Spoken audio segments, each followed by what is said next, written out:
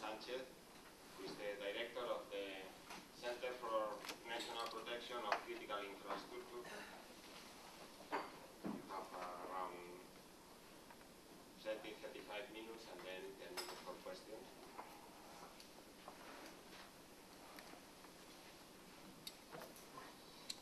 Yes. Okay, good morning to everybody. Well, first I'd like to thank to the Executive Committee of the Carnahan Conference the invitation to this high-level event. It's of course a pleasure for me to be here addressing to such a distinguished audience, and I'll try to collaborate with my modest contribution to these final conclusions. The topic I'm going to address is security threats on vulnerable targets, protection of critical infrastructure in Spain, CIP for short. And my perspective will be from policymakers' point of view, not technical. I believe most of you are coming from the scientific community and industry, and this is a good thing because when talking about CIP, of course, the cooperation and mutual collaboration is needed, and the industry and the academia are, of course, the point of the spear on this battle we're having, if we can say like this. So I'm going to address, I insist, from the policymakers' point of view. Well, let's start by saying that the expansion of the state of welfare in most developed countries, Europe, America, and the revolutionary new technologies that has progressed since then have made modern societies get very used to a very high standard of life, with many of instant services, and but this infrastructure, which is largely supports the continuity of production and services, was planned some years ago in accordance with the requirements, the criteria, and the risks of a scenario that has changed completely in just a few years. Until recently, criteria that guided the design, the construction, and operation of essential infrastructure were profitability, efficiency, better customer service, environmental respect and safety, intended to prevent accidents or lessen the effects of a possible natural disaster, or at most to hinder low-level terrorist attacks or sabotage. Additionally, those facilities were designed and built taking into account security parameters that matched threat assessment and risk analysis at that time, whereas current requirements are completely different nowadays. The onslaught of international terrorism after 9/11 and the massive and indiscriminate nature of its actions have radically changed the security scenario, as you all know. A new prospect has arisen in which certain assets that provide essential services have become pillars of our society due to the impact that the potential destruction or disruption of them might have on the life, the health, or welfare of citizens or the states themselves. This fact underlines the key importance that critical infrastructure protection has on our society nowadays. But to begin with, what is critical infrastructure? Because the concept is different in any country. So let's start by saying that the Spanish approach, which is this approach through the recently passed law on CNP in Spain, makes an important difference between what is strategic and critical. To us, it's essential to speak a common language among all key players: the government, the operators, the authorities, the academia, the researchers, who are entitled on this field. And it's something I may elaborate a bit more later on. Let's have a look at some well-known examples you all know, occurred, most of them accidentally, just to recall the consequences that the failure of these systems had in the past few years. Real cases recreated on this slide affected essential services such as energy, gas, electricity, for instance, or ICT, internet, telephone data, etc. And therefore, for the Spanish National Center for the Protection of Critical Infrastructure, which I'm representing here today, the primary concept is not the infrastructure itself, but the role it plays and the service it provides. Thus, infrastructures can be considered to be critical if they provide essential services. And later on, through the study of the facilities, networks, and work processes by which these services are developed, we can determine whether any of these facilities has the characteristics needed to be considered in a special way and having a special treatment. What is clear is that infrastructure have never been so important and decisive to the normal functioning of essential public services. In Spain, we have developed 12 strategic sectors, which are represented in this slide. And what is true is that there is no human activity currently in our societies that is not linked or depends on a strategic sector in one way or another. And this is what forced us to address critical infrastructure protection from another perspective, out of the traditional ones. I mean, from a global perspective, which takes into account all types of risks, both physical and cyber. In Spain, actions needed to optimize the security of critical infrastructure are framed mainly in the field of protection against deliberate attacks. That is the reason why they are led by the Minister of Interior, to which my agency belongs to. Nevertheless, the security of critical infrastructures requires the deployment of actions that go very far beyond, more beyond that, the mere material protection against possible attacks. And this makes paramount the involvement of other agencies, both from the public administration and of course from the private sector. Moreover, most of our infrastructure, you will know, are owned or operated by private hands. And this reinforces the need for cooperation and a comprehensive approach on critical infrastructure protection issues. Therefore, a cooperation of every actor involved either in regulation, planning, operation, research of the different infrastructure that provide these essential public services to the country is mandatory in order to achieve a public-private partnership that is beneficial to, maybe beneficial to everyone. And an essential part of this cooperation is, of course, international cooperation and coordination among governments, which is especially necessary, especially when we are talking about cyber threats. Spain has decided to follow a hybrid model of cooperation structure. On one hand, we have chosen a mandated approach in which legislation is a starting point to achieve cooperation, as we will say later on. And on the other hand, the parties involved are also encouraged to cooperate by argumentation and negotiation. So this is a hybrid model. To this extent, it is capital for us to share information among all agents involved and do it in every possible direction. Information must be shared horizontally among business, strategic sectors, academia, intelligence services, and law enforcement agencies. And also vertically, information should also flow among those people responsible for public security at all levels and owners and operators of critical infrastructures. Let's talk about my own agency. These tourists around the world, the existence of coordinated bodies in charge of dealing with information, regulation, best practices, drills, and other activities is also required. And these kinds of agencies may manage multiple initiatives and security needs arising from the various actors involved, and are also, as I said, proliferating at an international level.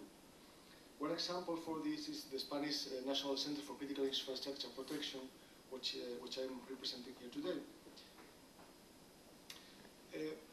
Given the complexity of the matter and its impact on the public security and on the functioning of national and international basic services, we have considered desirable having a flexible regulation, as I had said before. This regulation should ensure the management of critical infrastructure protection against deliberate attacks of all kinds by defining and developing a system that brings together all public and private sectors concerned. However, the system, apart from being based on the regulation, must rest on establishing solid cooperation links among infrastructure operators, research bodies, industry, and all kinds of agencies responsible for the protection and security of citizens. Only on this basis of mutual trust, an adequate security structure can be built. Let's see briefly what we have been in Spain doing on these issues. In the last decade, the Spanish government has been working on CIP hardly, and the strategic planning in Spain is based upon a counter-terrorism plan and on a more specific national plan for critical infrastructure protection, which was reviewed in 2007. These plans are constantly updated, and the highest authority is the Secretary of State for Security, who is responsible for coordinating the law enforcement agencies within the Spanish territory. The National Plan for CIP is an operational plan mainly focused on preventive and reactive activities to be fulfilled by the different police forces among the infrastructure considered as strategic by the Spanish government. Moreover, the Spanish security strategy, which was launched recently in June 2011, also considers as a main threat to the nation the one posed upon the critical infrastructure and essential services. You can note on the slide also that out of 10 main threats regarded by the strategy, 5, terrorism, energetic vulnerability, cyber threats, emergencies and catastrophes, and of course critical infrastructure and services, are directly engaged to the CIP in one way or another. So the Spanish strategy also proposes a number of courses of action addressed to all and every threat disclosed, and in the case of CIP and essential services, these courses of action proposed are strengthen the instruments for the protection of facilities, improve the regulatory framework on the strategic sectors, establish measures to increase the strength, endurance and recovery of critical infrastructure, and to maintain a constant dialogue between the government agencies and operators who run and manage the critical infrastructure. So we are in line, what we are doing now, we are in line with the national strategy for security in Spain. As I said before, apart from this, some regulatory, at least in Spain, measures are needed in order to set the rules of the game and provide a roadmap in which works, policies and ideas from every agent can be developed. In Spain we are doing so by the law for CIP, which was passed in April this very year, and is based upon a number of European community rules and regulations, and also on a number of plans, nationally speaking. The purpose of this law of critical infrastructure protection is the establishment at the national level of a series of measures on the field of CIP in order to provide an adequate basis on which to settle the effective coordination of government and stakeholders of critical infrastructures. Additionally, it's called to transpose the European directive on CIP to the Spanish law, of course. And obviously, as I just said, it has been based upon a number of regulations and plans that have been set up. The primary purpose of the regulation, as I've been repeating the whole time, is to establish at the national level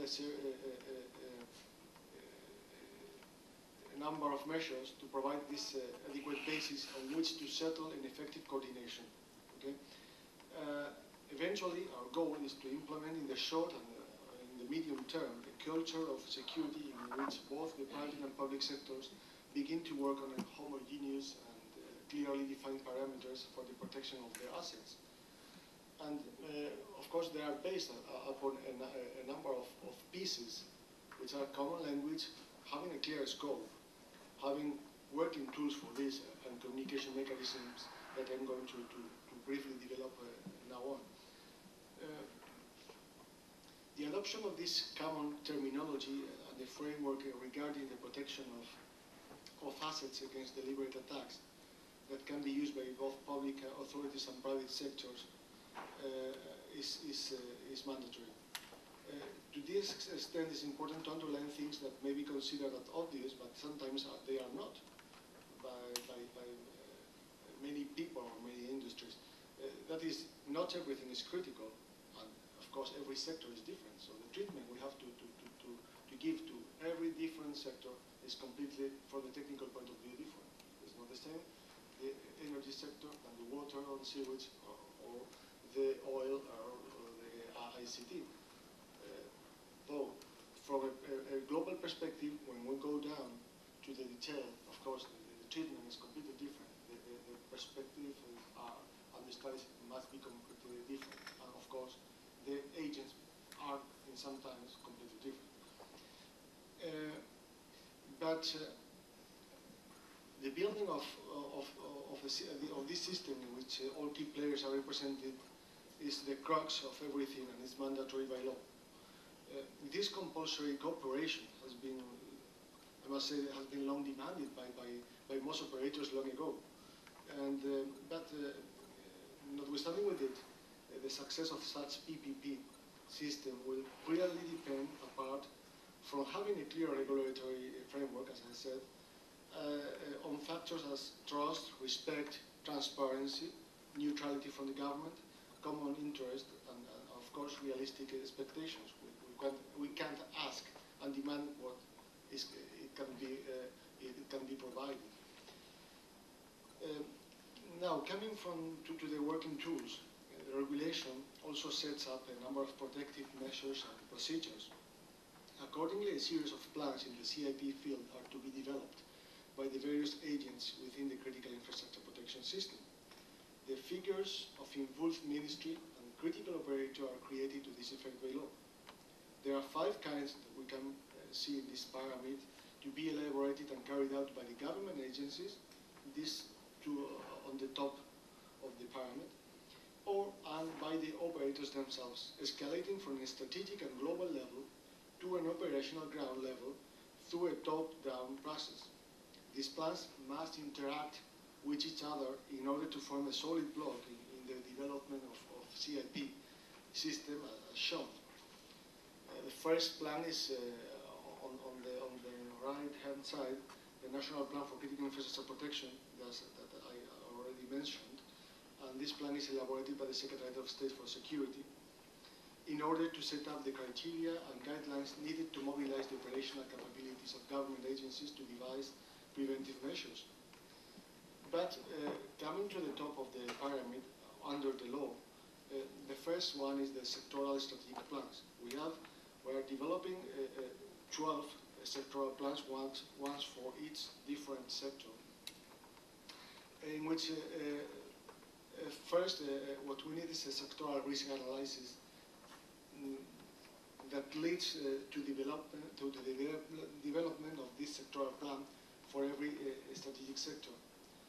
The sectoral plans are being produced by the CIP working group, coordinated by my agency, by National Critical Infrastructure Protection Agency, in collaboration with the respective ministries and other agents of the system, these who are responsible for this sector. If we go down, we will get to the operator security plans, in which each operator designated as critical shall prepare an operator security plan, which must define the general policy of the operator in relation with the security of all facilities and systems owned or managed by them. Critical operators must also designate a liaison security officer as a representative and point of contact with the Minister of Interior, complying with this also with the terms of the European Directive for CIP. Going down, we get to the specific protection plans. Similarly, these operators must develop a specific protection plan for each of the critical infrastructure facility managed by them. This plan must be based on relevant risk analysis, proposing the adoption of permanent measures of protection and of gradual temporary measures. Specific protection plans must address both physical threats and those of logical nature. And at the bottom of the pyramid, we find the operational support plans. And these will be plans developed by the law enforcement agencies responsible with jurisdiction in the area in which the critical infrastructure is located. And an operational support plan must include the actions planned by police forces or the army to undertake. Shall the national plan be activated or in case of an imminent threat upon such infrastructure? The operational plan should contain also punctual measures on surveillance, prevention, protection, and response to be fulfilled by police or military units. And these measures will be complementary to those of a gradual nature already foreseen in the upper specific protection plans. This way, the CNPIC chain is closed and our plans are linked together. I'll go now on the side of cyber threats, which is now the most relevant threat, perhaps, now and in future. And it's some other issue that the Spanish government is tackling. ICT is not just in a strategic sector per se, and let us not forget that at the same time these information infrastructures have become an indispensable tool for the operation of any process, even the less important ones. The cyber threat is not only exploiting a new criminal typology, like phishing, farming, credential theft, violation of secrets, but it's also a real threat which may cause catastrophic damage to our civil society. And recent studies carried out by specialized companies indicate that 1 out of 3 computers in Europe are infected in one way or another. Of course, it's clear that never before has the proper functioning of essential services been so closely linked to communications and computer control systems, such as SCADA systems. And never before these systems and infrastructure have been so highly threatened. Nowadays, the infrastructures in every country have indeed become a gigantic Achilles heel, because our vulnerability is having greatly increased. And the recent case of Stuxnet, now on this slide, is a good example of this. This risk is even greater due to the fact that this threat is intangible, is invisible, and most people do not perceive it still as a real danger. Therefore, making an effort to raise awareness and consciousness of both rulers and citizens in order to adopt appropriate measures or to deal with or at least reduce this risk is compulsory. The implementation of computer emergency response teams, CERTs or CSERTs, is something that we are undertaking at the national level, of course. And we're tackling also the project of devising the coordination center for the cybersecurity in order to cover all gaps of information and distributing every data provided by our different CERTs to every agent on a need-to-know basis.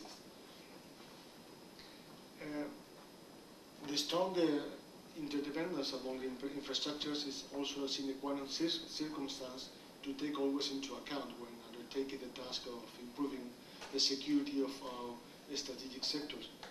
And making a substantial security breakthrough in a specific sector or infrastructure would be of little avail if any of their assets rely on other sectors or infrastructures with a low protection level endowment.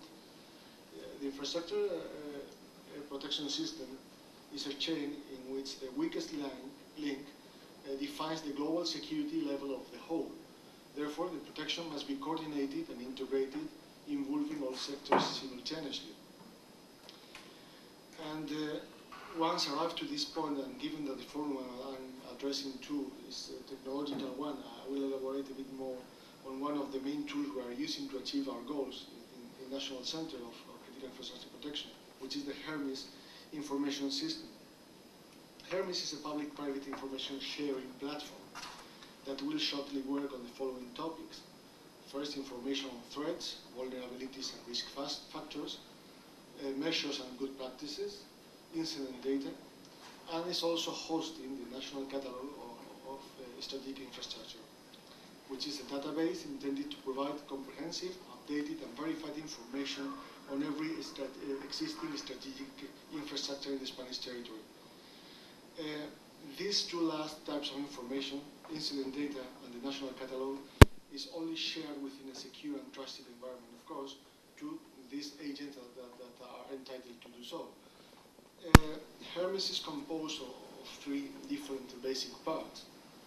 A single database placed on different security platforms, which is the key part of the system. And a classified application which is used to perform maintenance and updating of the catalog data.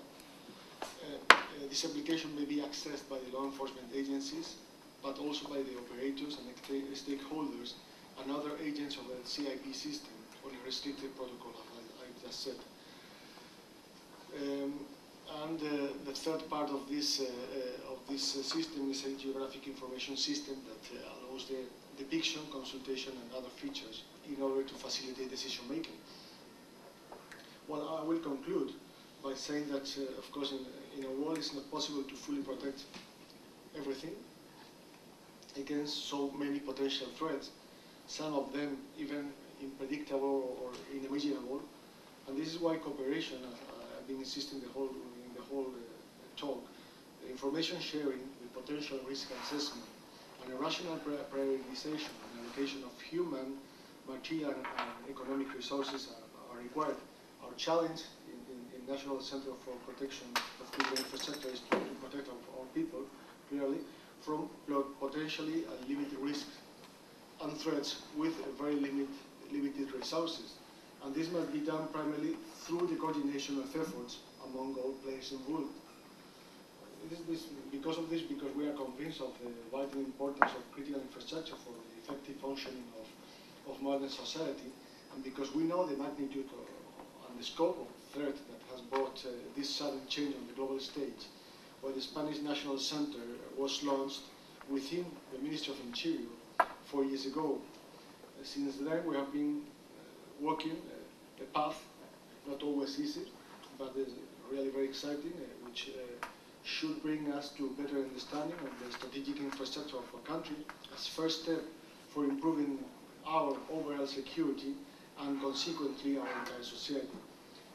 We do not want and we cannot make this effort on our own. That is why the National Center was created with the vocation of becoming a coordinating body, especially because we know that policemen, security doors, fences, guns are not enough to tackle these new threats, to say it in a collective way. This battle will only be won by exchanging information and putting in place coordinated and homogeneous prevention and reaction measures. And for that, the involvement, cooperation, and synergy among all sectors, both public and private, from the administration, the operators, the academy, the industry of security, and among, of course, countries and governments in an international scenario, are essential. Or perhaps we might do nothing and trust in good luck, like in this example.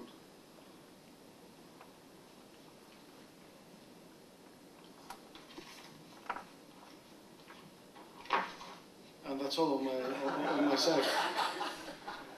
So the floor is open for any questions you have.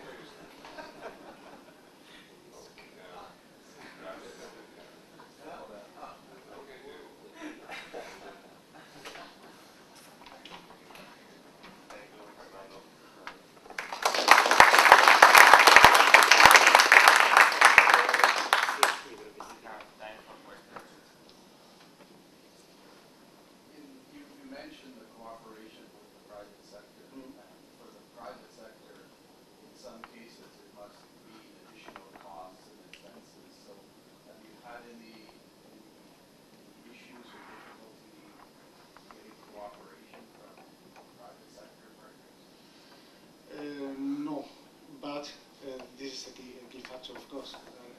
And nowadays, in this current time, more with the crisis and so on. The point is that in Spain we are having a regulatory system, a mandated system. Is to some extent is hybrid, to the extent that we are not compelling the operators, the industry, to do a number of things in a very compulsory way, but giving time to develop all these plans and initiatives that we are setting in our law. Of course, becoming a critical operator is not also a question of duty. You must do a number of things, but also having a special treatment from the side of the government. For instance, information sharing, having access to the to this platform of information, of good advice and best practices, having a special treatment also on the security of their own infrastructures by the support of the law enforcement agencies if needed. So what we're intended to do is to having a balanced quid pro quo, in which, of course, operators are asked to do something and to invest on their own security. And on the other side, the government put their resources to support their efforts. And but the back of all this is perhaps achieving what we are intended to do is achieving a culture of security in which the value of security is considered by the high representatives of agencies of companies as a key value, not just the cause of a number of expenses and headaches.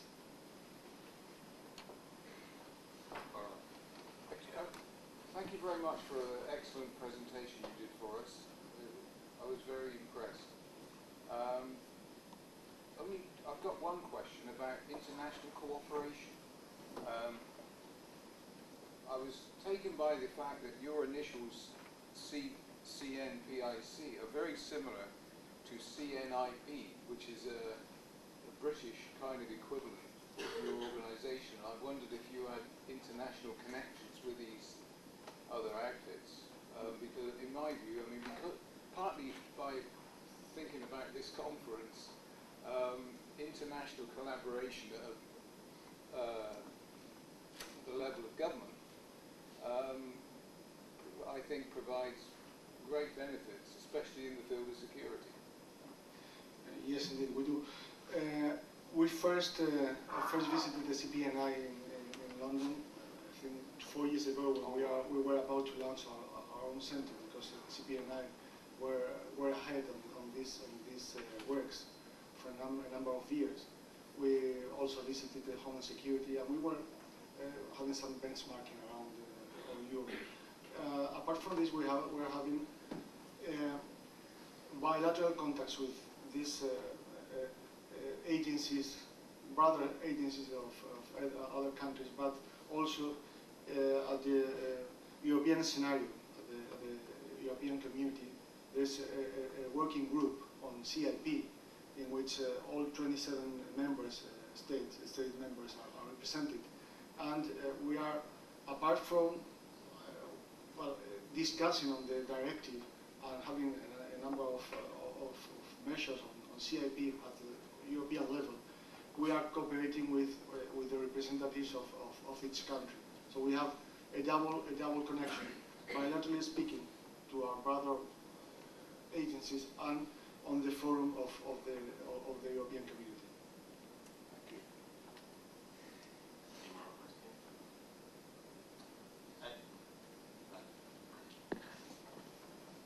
Can you please describe some of the tools that you use, software tools or communications between the different organizations involved today in critical infrastructure protection?